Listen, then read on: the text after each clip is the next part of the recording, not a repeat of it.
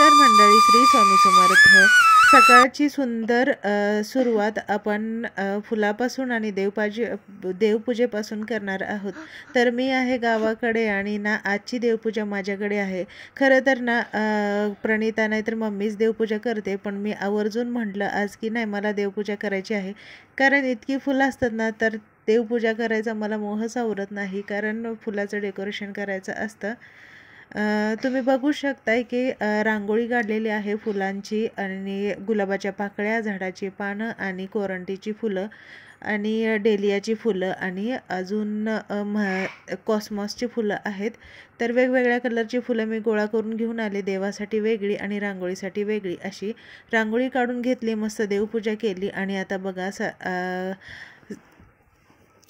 आम्ही सासरी जाणार म्हणून एक एक पदार्थ मम्मी परत एकदा बनवत आहे, कारण जास्त दिवस आधी 8 दिवस बनवलेले पदार्थ असतात दिवाळीचे आणि ते सासरी द्यायला तिला कसं तरी वाटतं, म्हणून ती नवीनच बनवून जाताना मुलींना देते। तर दीदीने शेवयाचं पीठ मळून घेतलं आणि आता ती भरून देते शेवग्यामध्ये आणि मम्मी तळून घेते।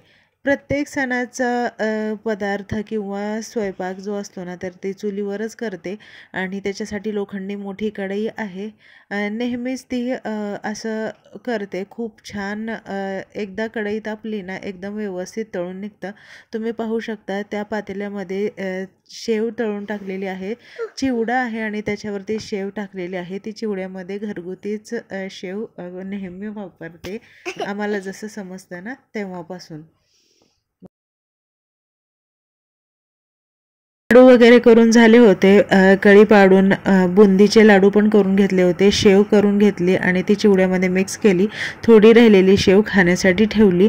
आणि आता भाऊबीज करायची राहिली होती, कारण मी लेट आली आहे ना त्याच्यामुळं ना त्या म्हणाले की मला एकटीला सोडून आम्ही हे करणार नाही, भाऊबीज सगळेजण मिळून करूया, म्हणून माझ्यासाठी त्या दोघी थांबल्या होत्या।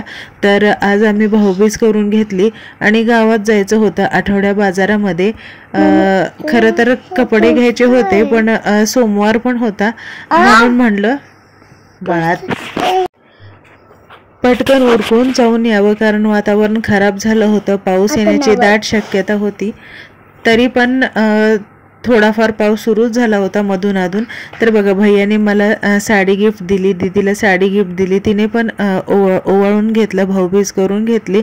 आणि बाबांना पण म्हटलं बसा तुम्हाला पण ओवाळतो। आमच्या इकडे ना बाबांना ओवाळलं जातं, कारण त्यांची बहीण येत नाही भाऊबीजेला, म्हणून आम्हीच त्यांना ओवाळून घेतो। तर दीदी आणि मला दोघींना सेमच साड्या घेतल्या होत्या भाऊबीजेला, पण प्रणिताला साडी वगैरे काही घेतली नव्हती, म्हणून भैयाने तिला 500 रुपये ओवाळणी टाकली। तर बघा तिला काहीच घेतलं ना, पैसे टाकले। तर भैया तिला दाखवतोय की बघ तुला 500 रुपये दिले, आणि ती हसतीये का माहितीये का, तर तिला असं वाटत होतं की म्हणजे काहीच देऊ नये, पण त्यांना अचानक 500 रुपये दिले, तो पण सगळ्यांना दाखवून देत होता, जसं की धनादेश देतात ना तशा प्रकारे। त्यामुळे ना तिला खूप गंमत वाटली आणि मग मी कॅमेराजवळ नेऊन दाखवलं, तर बघ म्हणलं थोडीशी गंमत तिला पण वाटली आणि आम्हाला पण वाटलं चला। तर आता बाबांना ओवाळून घेतो आणि त्याच्यानंतर आम्हाला गावामध्ये जायचं आहे। आठवडा बाजार असतो, गर्दी असते, त्याच्यामुळं लवकर जायचं होतं, पण कामामुळं काही जमलंच नाही, भैयाला जमलं नाही, तो आम्हाला गावात सोडून येणार होता आणि आमचं काम झाल्यानंतर घ्यायला येणार होता। पण घरीच उशीर झाल्यामुळं ना भरपूर असा वेळ मिळाला नाही गावात फिरण्यासाठी। तर गेलो आणि गावात पाऊस सुरू झाला, कपड्याच्या दुकानामध्ये गेलो, काही स्टेशनरी दुकानामध्ये गेलो, काही किरकोळ गोष्टी होत्या त्या घेतल्या आणि लहान मुलांच्या कपड्यांच्या दुकानामध्ये पण गेलो। बघा इथे ड्रेस बघितले, पण मला काही आवडलेच नाहीत, कसे तरी वाटले, म्हणून मी ड्रेस नाही घेतले। मग फक्त रियांशसाठी कपडे घेतली आणि भैयाला कशाला उगाच बोलवायला, तेवढंच चालणं होतं म्हणून चालत आम्ही घरी निघालो। गावात जास्त शूट करता नाही आलं, कारण पाऊसच भरपूर होता, तुम्ही बघू शकता रोडवरती सगळं पाणी दिसत आहे। त्याच्यामुळं मोबाईल आम्ही पॅक करून बॅगमध्येच पर्समध्येच ठेवून दिला होता, तो घरी येताना थोडासा पाऊस बंद झाला तेव्हाच काढला। तर संध्याकाळची वेळ होती, वातावरण खूप छान वाटत होतं आणि चालत जायला मजा पण येत होती। तर दोघींनी आज चालत जाण्याचा आनंद घेतला आणि खूप मजा आली। चला भेटूया आता नंतरच्या व्हिडिओमध्ये, तोपर्यंत बाय।